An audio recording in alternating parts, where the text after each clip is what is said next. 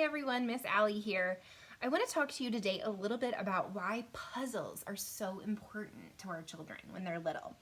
So puzzles are a really great way to work on hand-eye coordination and also to practice manipulating things using their fine motor skills. So motorically, that's a really great thing, and I think most of us know that that's a really great thing for puzzles. But did you know that you can also use puzzles for speech and language?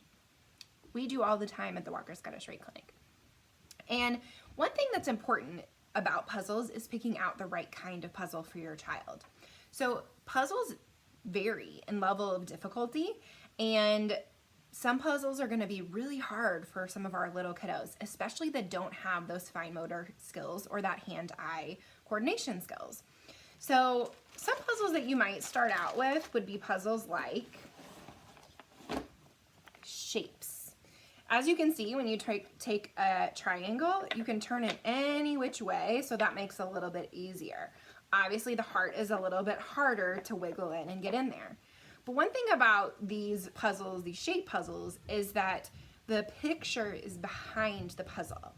So this makes it a lot easier to match the picture to the picture. Now, some puzzles that will have objects like this won't have the picture behind it. So they have to just use that outline to try to figure out where that piece goes. And that makes those puzzles a little bit trickier.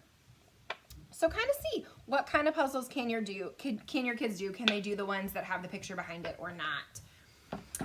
So one thing that I might do for working on puzzles is I might think about, okay, what are the speech goals that my child needs to do? And so they might be working on a certain sound that maybe a certain puzzle would lend itself to. So maybe they're working on the final P, and they could practice saying the word shape each time you put a puzzle piece in. Shape. You could ask them, what shape? So that they're hearing that exaggerated P sound in there. Another thing that I do with puzzles a lot is I might use puzzles like farm puzzles and zoo puzzles and have two out at one time and do a little category sorting. So I might do take all the puzzle pieces out and ask, does a pig live on the farm or does a pig live at the zoo?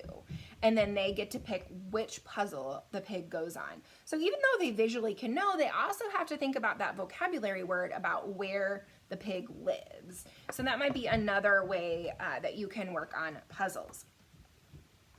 So there's that. A little bit harder puzzle would be doing some of these letter puzzles. So this is a letter, but it has a picture of an object that makes that sound behind it.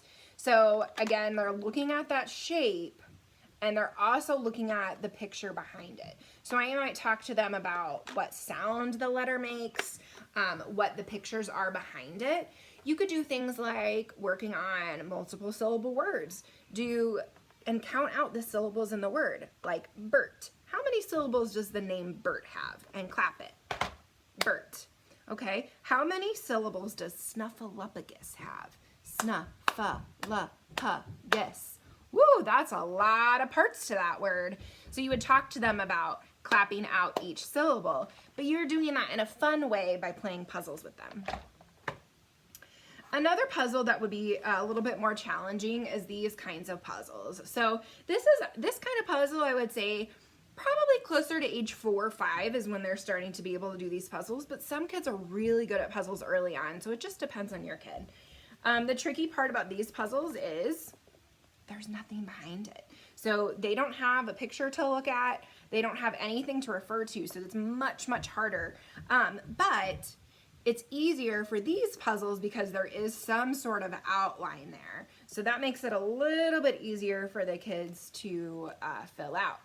Now, when I use these puzzles, sometimes I do a lot of problem solving. I think about how can we start our puzzle? Maybe let's look at the faces and put together the faces first. Or some people might put together the edges first. So help your child talk about the different problems they might encounter while doing this. And maybe they can practice asking you for help when they're having a hard time. So what would they do when they're in a classroom? They might raise their hand. They might say, I need help. I can't find where this piece goes. Or can you help me find the other eye? Give them some specifics about ways they can ask for help versus just always asking help. Now, another level of puzzle that makes it even harder are puzzles that have those pieces that do not have a backing to it. There's no outline to it, so that makes it a lot harder.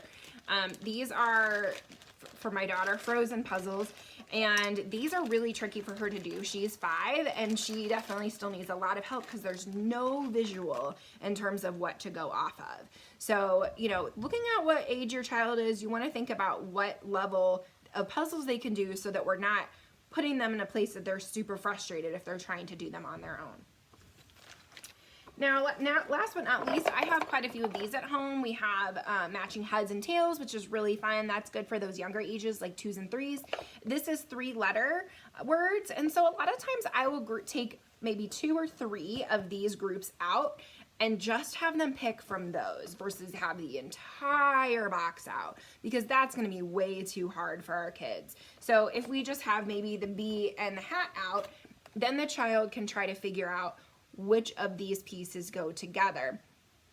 The other thing you can really do with this is you can work on some of those consonant vowel, consonant words, like bee is a consonant vowel and hat is consonant vowel consonant. So that would be some good speech goals to work on with these. But you can also work on those letter sound correspondence. See if they can start reading out each sound. A, t. What word does a, t make? Now, that can be tricky because they're having to blend all of those sounds together, so you might have to kind of start putting them together more. Hat, and see if they can figure it out. One more thing that they could do is cut up pictures. If you do not have a lot of puzzles at home, you could cut up pictures that you have already to try to make some puzzles.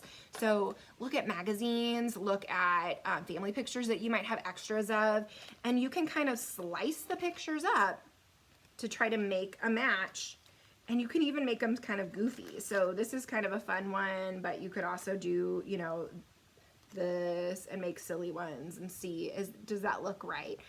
So you can kind of make some puzzles at home. The other thing you could do to make them sturdier is to take a piece of paper or a magazine and kind of take glue and glue it down on some cardboard and then cut out the different shapes. And then that way the puzzles will be a little bit sturdier. So if you don't have puzzles at home, that might be a really fun way to kind of get your kids practicing that visual knowledge, hand knowledge. What am I trying to say? I don't know, but and just get some more practice with some of those puzzles at home. So if you have any questions, let us know. Thanks.